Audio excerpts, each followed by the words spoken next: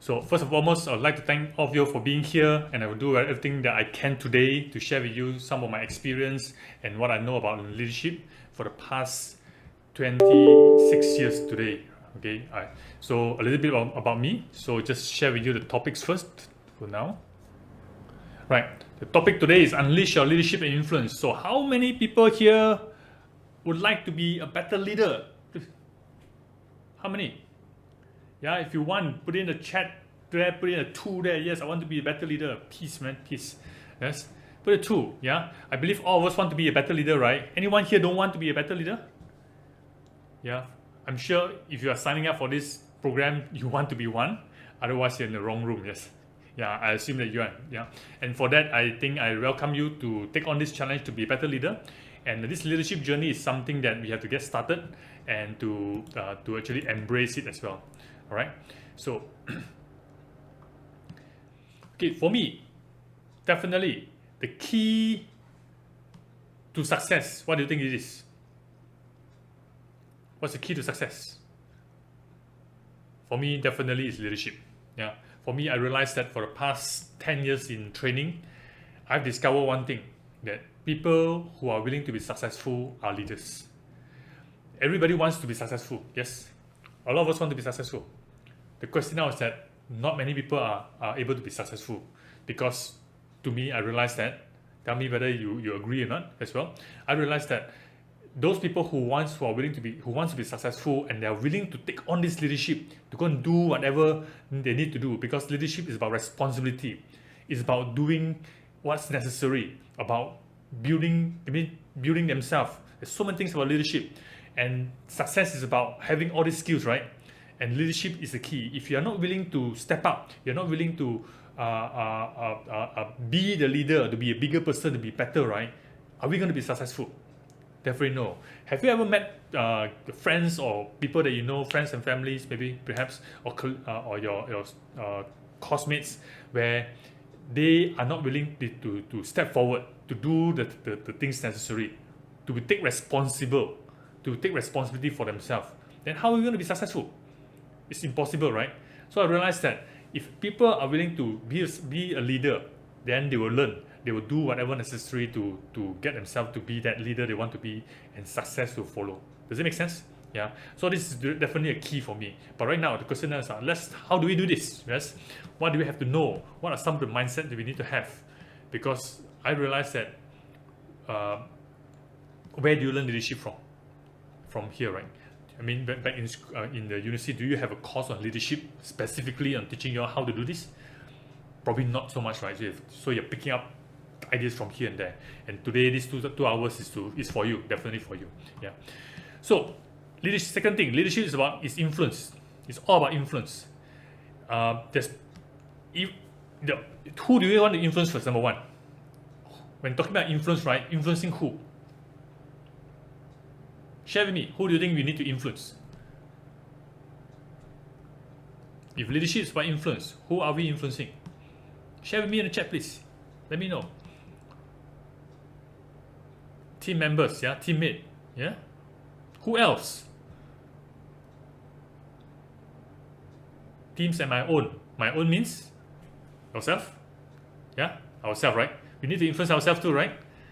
Yeah. If we can't even influence ourselves, then how are we going to influence other people? Does it make sense?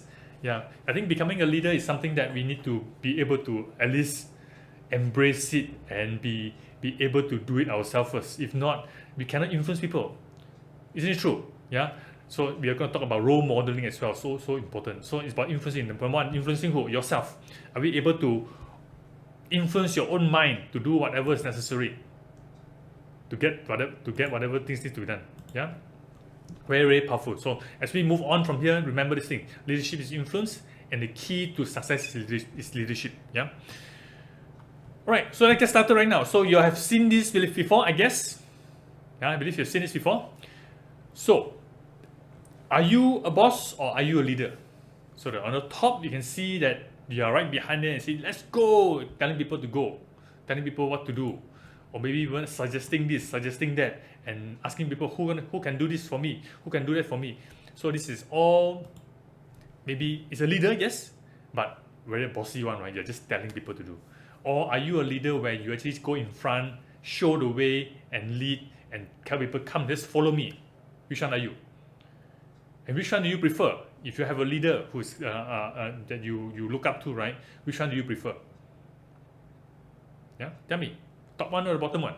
Top, bottom.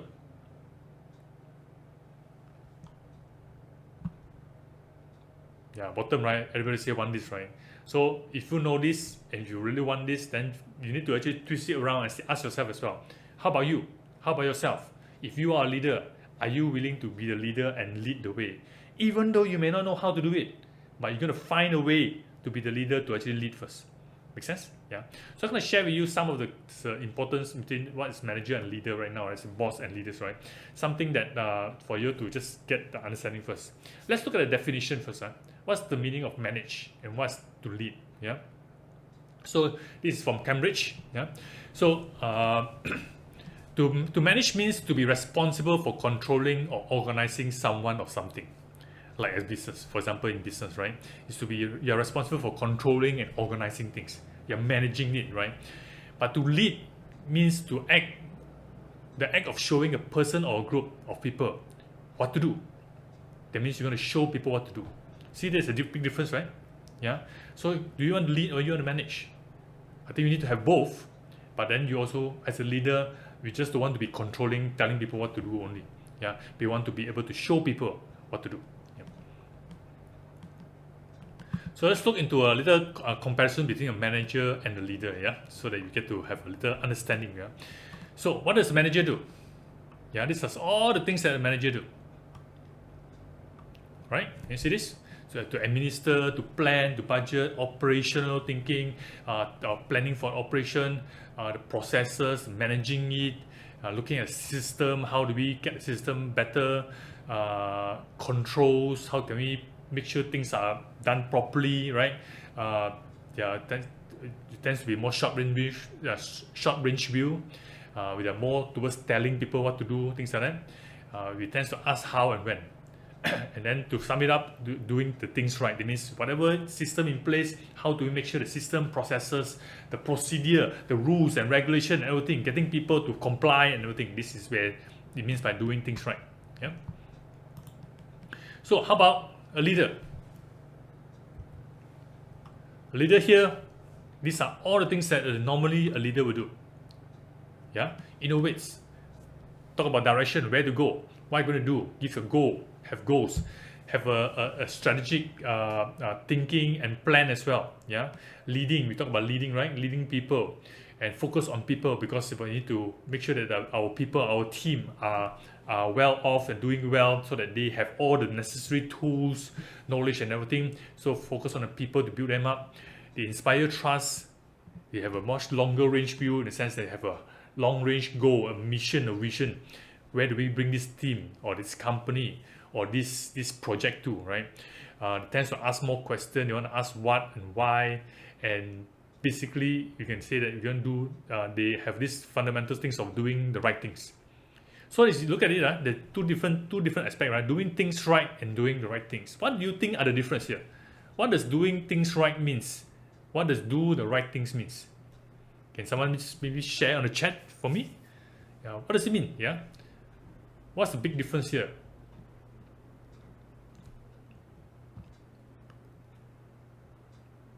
Someone share with me. What does do things right means, and what does do the right things means?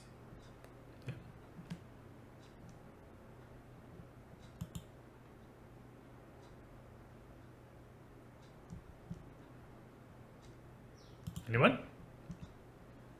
Anyone? Are you all typing? I just wait for a while, yeah?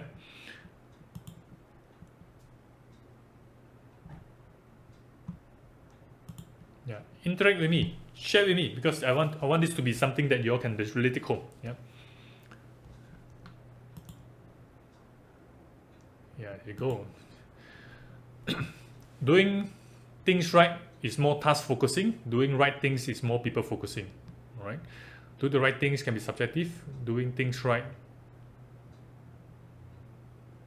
is with a solid yes or no. Okay. What else? Thank you so much for your answers.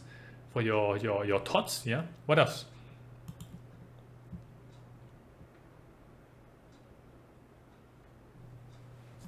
Manager ensure that everything goes according to plan. Yeah. Leader ensures that everyone knows the right direction. Right.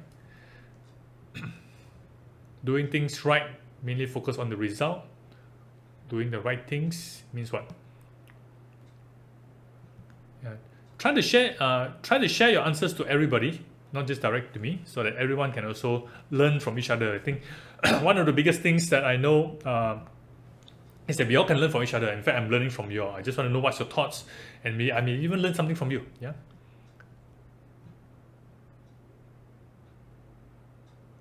Right things as in effectively doing it, things right, and just getting there without a good plan to get there. Right. Thank you all for sharing. Okay, I think it's a lot more. Leaders manage. Yes. So I want to talk to you. Of course, definitely a leader tends to manage, a manager tends to manage, leaders tends to lead. But if you look at the things about doing the things right, manager tends to be very task focused, I say. That means they have processes, they are about complying, making sure people are doing it correctly, making sure that he himself are doing it well, according to the SOP, standard operating procedure, the step-by-step, the rules, the policies, they're all about complying, right? And if people are not doing it correctly, they have rules to follow, please make sure that people are following it, they're complying. Whereas, however, have you ever found that sometimes certain rules and procedures, right, they've been set even though for many years, they may not be the best, and you find that, hey, this is not the best way to do it, and sometimes you may have to bend the rule a little bit in order to meet a customer's or somebody's demand or request. Isn't it true? Does it make sense? So depending on situation, depending on crisis, right now we have a COVID pandemic for the last 2 years. There's a lot of things sometimes. Have you experienced that? If you're going to follow the plan, the rules and regulations, right, even though it's so important, it's supposed to comply, for example, if you're just going to follow it, it may sometimes means the matter of life and death. Because the urgency is there that sometimes we just have to maybe close one eyes maybe or ignore it and do whatever is right, whatever is best for the people, for the company and things like that. Have you ever experienced that before? Yeah, and this is what it means. Leaders sometimes doesn't mean they're going to bend rules unnecessarily, but they have to sometimes do whatever right.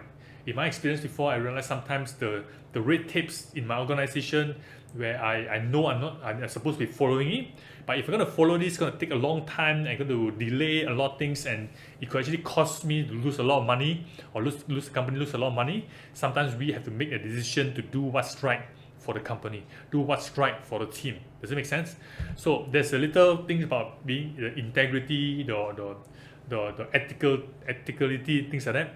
But we need to know how to balance that. So leaders just don't blindly just follow the rules just because the rules say so.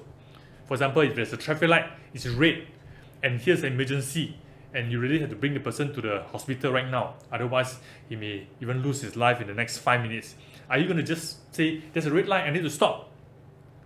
Or do you just somehow break the red light right now just to save the person? Yeah. So this is what leaders have to do. Doing things right. Sometimes it involves a lot of integrity involved. Yeah. Make sense? Yeah. So between these two, right? It's overlap. There's a lot of overlap here. So it doesn't mean that. Do you mean that you need to be you only need to be a leader and not being a manager? No, right? You need to be both. Yeah. A manager needs to be a leader, and a leader needs to be a manager as well. But we need to be both. We need to know which situation we need to be a leader, and when the situation comes, you need to be a manager, because you need to have both. Make sense? Yeah. So I'm gonna move into this thing called the leadership and sources of power right now. So now you have a kind of a overview on what leaders is and what manager is, and the roles and the roles that they play. Let's look into, we're talking about influential leadership, right? Yeah, becoming influential. There's many ways to be influential. Yeah, you can actually force people to do it with a gun. Is it influence? Yeah, it's influence in a way, in a negative way. That means it's by force. Or you can actually influence through your heart and get people to come along. One way is to push them into it, or to follow you. Does it make sense? And for this, right, I want you to realize that as a leader, there are certain sources of power that you have. Wherever you are, whatever position you are, How many of you here not realize that you are a leader already right now? Do you realize that you are a leader in different circumstances, different situations? You are already a leader. Okay. How many of you here are a big brother, or big sister to a younger brother, a younger sister? How many of you? Yes. Are you a leader? Do you have to take care of your younger sisters and brothers, or nieces, or cousins? Yeah, you have to, right? How many of you here are senior to another students in the universities right now? You're senior, right? If you are senior, do you have the responsibility to, in a way, guide them if they ask for help? Or you say that I'm not a leader, I don't do it. Which one? You are, right? So technically, we are all leaders, depending where we are. So in which context? If you are at home, you are a leader. If you are in the school, you are a different kind of leader. But we are all one of them. But just realize that you have 5 sources of power that comes with it, depending on what role you are taking on, and depending on what what people are looking up to you for. Right? Are you ready for this? Yeah, this is very powerful. I want you to take note on this. This is something that you're going to use it for your future, even currently, and how you're going to make use of this to influence it. Yeah. So number 1, it's legitimate power. Yeah. Legitimate power means it's based on the person's former position and hierarchy structures. Yeah, that means in other words, because of the title given to you. You are the president of certain clubs or certain societies in your university right now. If you're the president or the committee members, or you're the vice president, or you're the team leader, whichever, you have a certain title comes with it, right? That gives you a certain rights of positional power. Because you're the president, you can now kind of like order people to do things, and people tends to listen to you because you have the authority. And when you speak, people tend to listen to you because you are the president, right? People respect you, people give you the due recognition, or people give you face, right? So number 1, this legitimate power, it comes with the position. So that's number 1. So what's number 2? The power to reward. Yeah. So usually, if you are the president you are the leader or president in your society right now, right? You will have a certain power to reward as well, right? However, have you ever met someone who may not be of certain title or position, but they have the power to reward? You have, right? Sometimes maybe it's the committee member of a certain clubs you're in, or certain organization they're in. They have the power to reward people for something.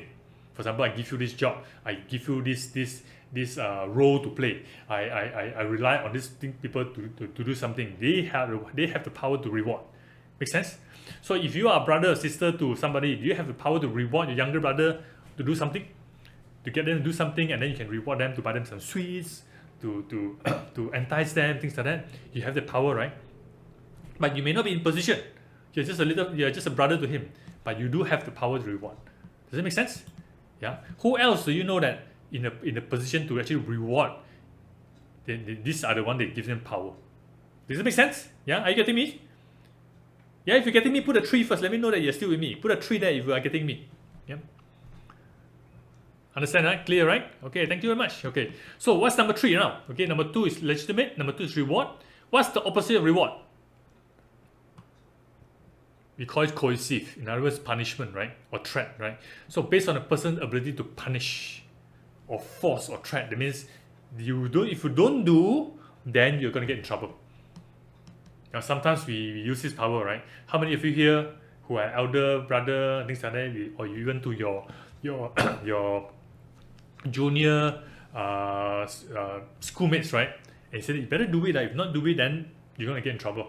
I'm not going to recommend you. I'm not going to do this. You have a certain force, and that person have no choice. They have to do, because if they don't do it, you're going to get in trouble. Get in trouble from you, or get in trouble from whatever because the things that you can actually act on them.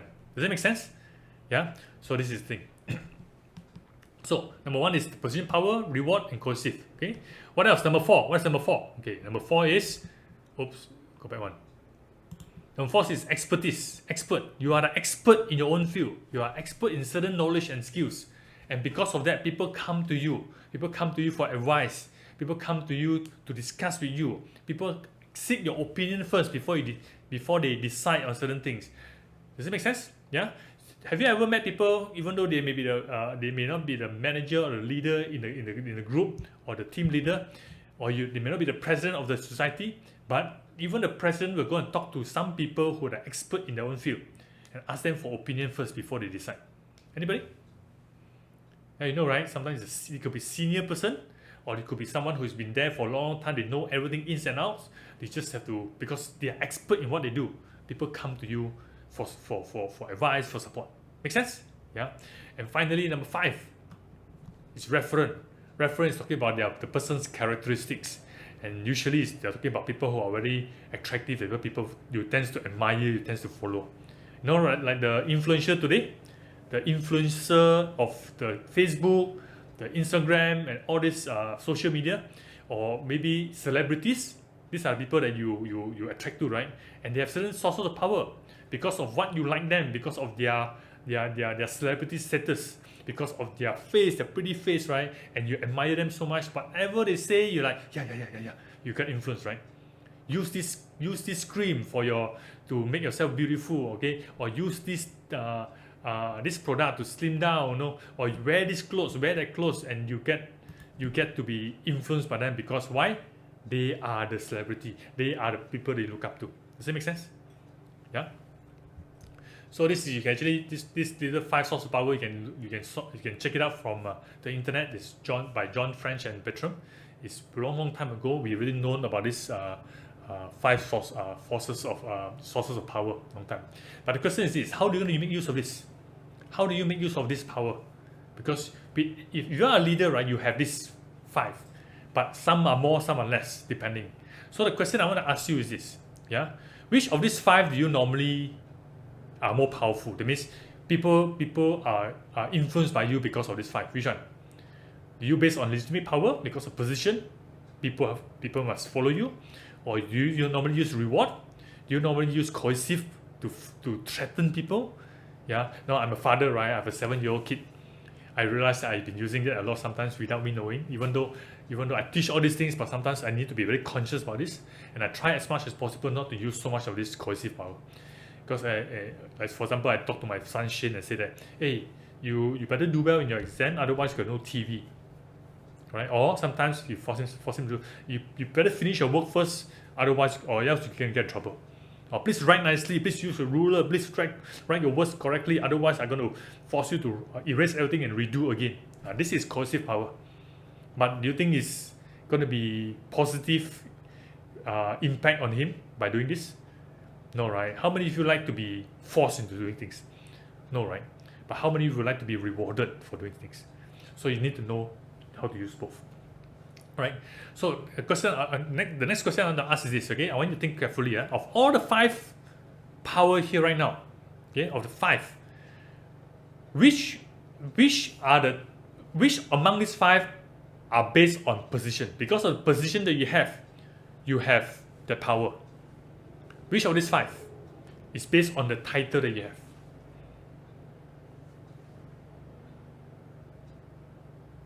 Okay. Legitimate is definitely. What else? There's more than one.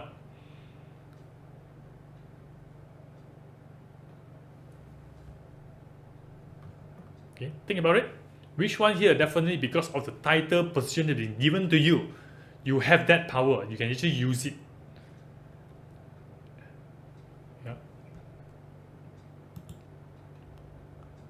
So it's reward, coercive, and legitimate, right? Yeah. Expert. Is it because your position means you are expert? Not necessarily true, right? Have you ever met a leader who are not expert? They think they are, but they may not be totally expert, right?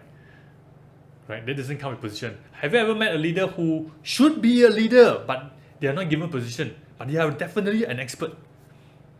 Yes? Yeah. So, legitimate, reward, and coercive definitely is because of position. Usually, if you are in position, you have the power to reward, you have the power for coercive. Or sometimes because for example, if you are in a company, you are the purchasing manager, you are the purchasing guy, you are the one that approves to buy things. So people have to come to you and beg you, hey, come on, put mine first. I want to buy these things. Can you speed it up for me or not? And they have the power to say yes or no, right? Or maybe you are a committee member. You may not be the president, but you're a committee member in an association or society, and you are in charge of the new incoming members. Okay, now those incoming new members have to come to you and kowtow to you, right? Bow to you, right? Because what? You have the power to reward them. Okay, you can come in, or no, you cannot come in, right? Yeah. So this is where the position comes in. The position may not be definitely high. It could be any position that you have. As long as you're given some kind of power in terms of position, you have this reward, cohesive, and the legitimate power. Make sense? Yeah. So that left the other two, expert and referent. Okay, they are not position power, right? So they are based on your expertise, right? They are based on your charismatic, your charisma, isn't it true? And these are all what kind of power is this? If these are expert and referent, if it's not position power, so what kind of power is this? What do you think? It's because of who? Hello? Are there? It's because of you, right? It's because of your personal power. So the legitimate, reward, and cohesive is because of the position placed on you, and whereas the expert and reference is because of your personal power. So let me ask you, if you're going to be influential, you want to be an influential leader, right? And you want people to actually really follow you and to listen to you and things like that, right? Which one would you like to have? Personal power or position power? Which one do you think is important to build? Yeah, personal or position?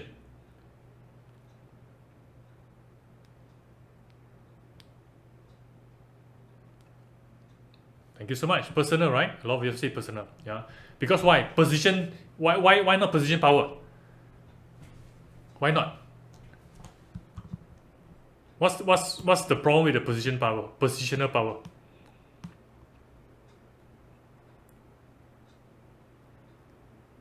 It's not something for you? Yeah. So when you're no longer in position, will people still follow you? It's a big question mark, right?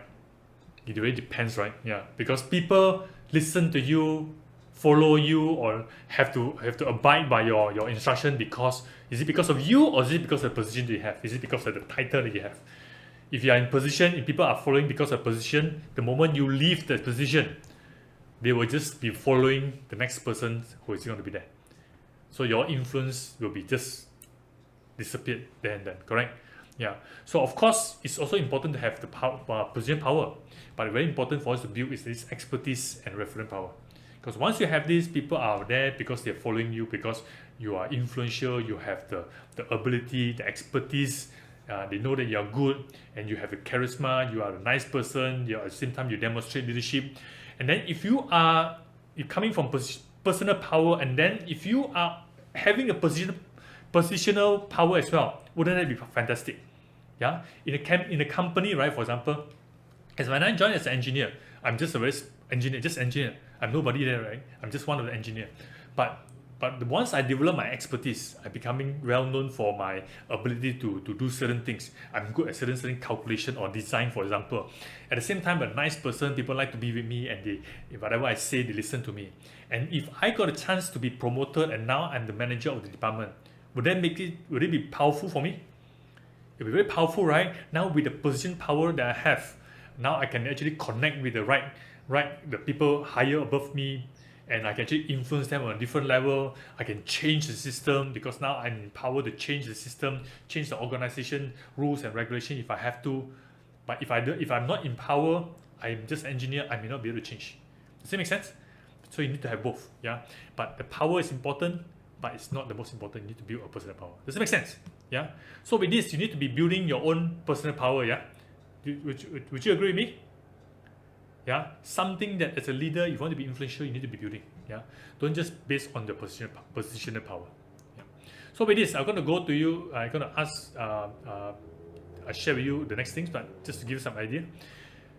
So power position is like if legitimacy. Okay. Because I'm the boss, you must do as I say. Okay, in the rewards, he said, if you do what I ask, I'll give you a reward. Coercion means if you don't do what I ask, you're going to get into trouble. How many of you have used this before? How many of you use it too often, too many times, that you know it's not right? It's not the right thing to do. Yeah, but that's the only source of power that you have. Yeah.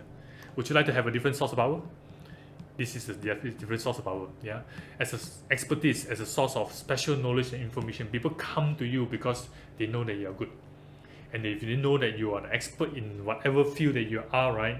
Just say, if whatever you are studying right now, pharmacist, doctor, dentist, and everything, when you are outside, if you are good at what you're doing, people will come to you for advice. And whatever you say, they will listen to you. Yeah. And a source of reference in the sense that people, like celebrity, people likes to be identified with you. People like the way you look at things. They like the way your thoughts about the situation of things, and whatever you say influence them. Yeah. So work on your personal power. Yeah.